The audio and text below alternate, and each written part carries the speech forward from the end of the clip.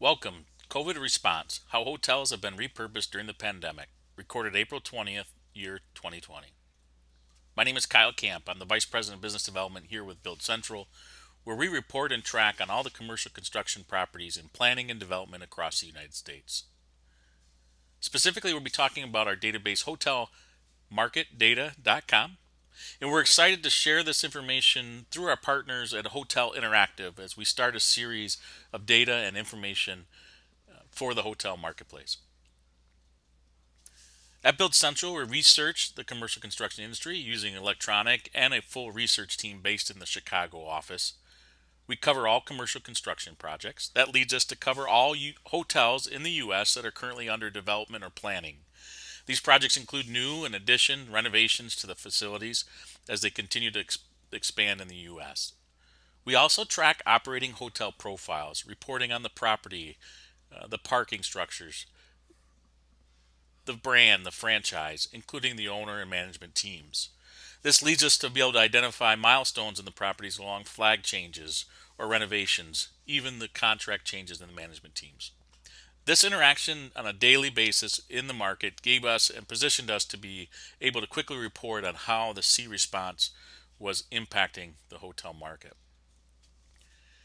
As we tracked the entire commercial facilities, we found 156 projects in the United States that were turned into temporary medical facilities or altered the original use of the building to treat the population during this pandemic. This resulted in convention centers being created into surge capacity centers. State universities, like in the state of New York, were transferred into surge capacity.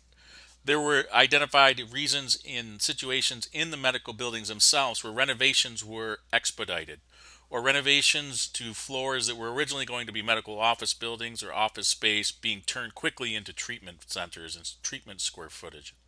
We even saw things like an insurance center turned their parking lot into a medical facility through the use of tents and others. In the hotels, we saw things happen very quickly. We watched as all the hoteliers and all the people that we interact with quickly adjusted to meet the guests' changing needs, whether that was extending their stay because they were stationed and couldn't get back home, or whether that was adjusting because of the travel situations that were being embargoed. We watched certain hotels actually reach out to the local population and offer them a space to rent a room for the day or by the week so that they could have an office space that had internet facilities or separation from maybe distractions in their home.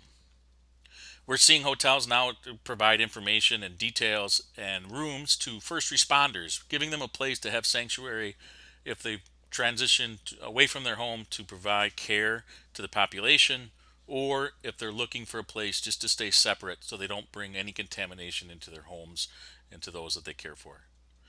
We started to watch a significant shift into changing hotels into possible quarantine centers, and that's what we'll spend a little bit of time on today. Quarantine centers where, when the testing was evolving, where they could hold people or people could stay safely until their test results were back. We're also now seeing this migration change into more significant opportunities to actually be health treatment centers, as demonstrated by the U.S. Army Corps of Engineers information set here. One slide is an example where they're providing guidelines on how to turn hotels into healthcare facilities.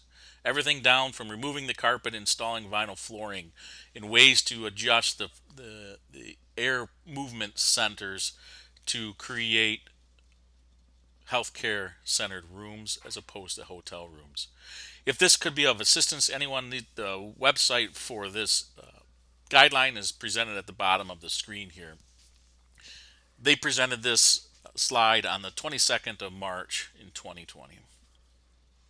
As we look across the country in our database today, we found 63 projects that are hotels being turned into some type of quarantine facility or planned or reserved for a quarantine facility or a more in-depth medical treatment facility. Originally originating in Chicago area, this is now expanded, as you can see, into the population centers on both sides of the country, but also throughout the U.S. As we look at that by state, hotels quarantined by state, you'll see that California and Illinois have the most at 9 respective.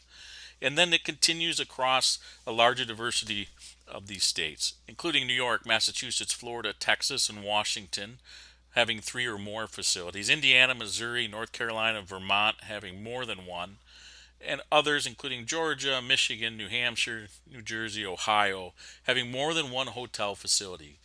This is a very fluid situation. We are tracking only those that are going into quarantine centers. There have been communication by other municipalities that they are reserving or leasing whole hotels for other opportunities to house first responders and others, but these are the ones that we can identify as of today that are actually held or leased into a quarantine location for a total of 63 projects across the U.S. As you look at the franchise breakout is pretty across the board. There are significant groups here, but probably of biggest note is the independent hotels. Independent hotels here, by number of hotels, make up about 22% of the total that were turned into quarantine locations. These locations we've identified are most normally located near a medical facility. As we look across the number of rooms and the breakout by franchise by the number of rooms consumed. Now, when we talk about the number of rooms in this situation, we're not saying that each and every room has been turned into its own quarantine location, but that the hotel that was reserved for this use case and the number of rooms associated with that hotel. The largest hotel chain franchise, largest franchise with the most number of rooms is the Marriott with 2,859 rooms in the facilities being held for quarantine locations. The scale across the hotel is pretty straightforward. You're seeing a large capture rate in the mid-range and upscale location, but budget, economy, and luxury also are facilities that are presenting situations to help here. What's next? What our hotel is going to be doing as the pandemic continues. Those solutions that we provided here will continue to expand, although more and more those situations are becoming more refined. We'll continue to report on those and hope to bring updates here to you soon. But as we look into the hotel construction database, here you see a mapping of all the new facilities that had already broken ground when March and April started. And there's 1,887 facilities, brand new hotels that were currently under construction that are continuing. On this day, April 20th, we look back the last 30 days. We've added over 198 brand new projects regarding hotels into our database in the last 30 days. These consist of new facilities being planned, renovations, additions, all of them entering our database for the very first time during the months of April and March. In that same time period, we've updated 898 projects in the last 30 days. And with a strong glimmer of hope, we see that only 33 of those 898 that we've checked timelines and followed up with updates have been postponed or canceled.